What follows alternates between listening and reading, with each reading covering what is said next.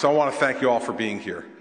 It's been about 2 months since we were in the grips of Hurricane Irene, and it's a historic storm, a 100-year storm, in terms of especially the flooding that it brought to our state.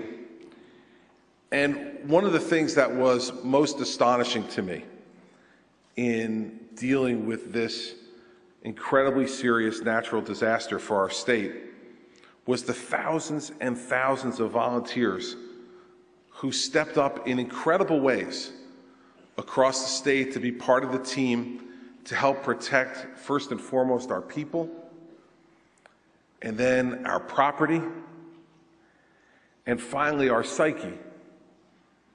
That during times like this, it is so easy to become despondent. And so many people that I met during that time had become despondent. But the thing that helped to raise them out of despondency was not me. It was their neighbors and their friends who were there for them.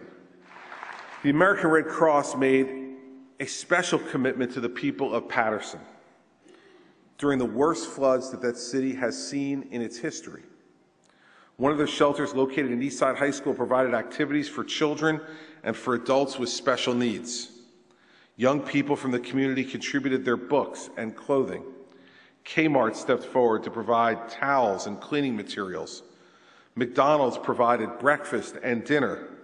And within a week, alternative housing was located for all the shelter residents, but the Red Cross stepped up and those private organizations stepped up to keep them comfortable and safe during the worst floods in the history of the city of Paterson.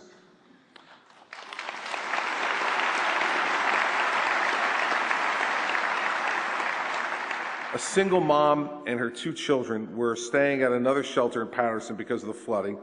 The mom worked nights, and she was worried that if she didn't go to work, she'd lose her job. But on the other hand, if she wasn't at the shelter, she'd lose her bed space.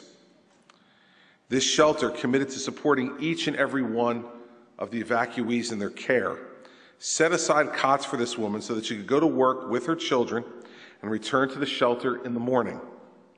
The cots were put in a quiet area so that she and her children could sleep during the day while the other evacuees were eating their meals.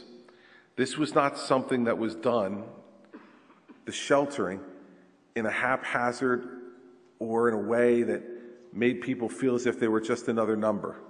For these folks in Paterson, they accommodated their particular needs so that their worries wouldn't be compounded by the loss of work or the inability to sleep. These are some of the compassionate acts by volunteers across the state of New Jersey. So thank you for your service. Thank you for being exactly that type of New Jerseyan. Thank you for caring as much about your neighbors and your friends as you do about your own property and your own family.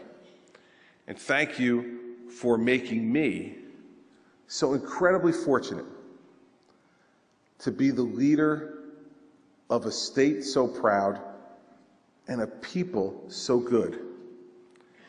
It's the greatest honor and privilege that I know I'll ever have in my life. And I wanted to bring you here today to say thank you for what you've done, and thank you for the honor and privilege of being able to serve with you and to lead this extraordinary state. Thank you all very much.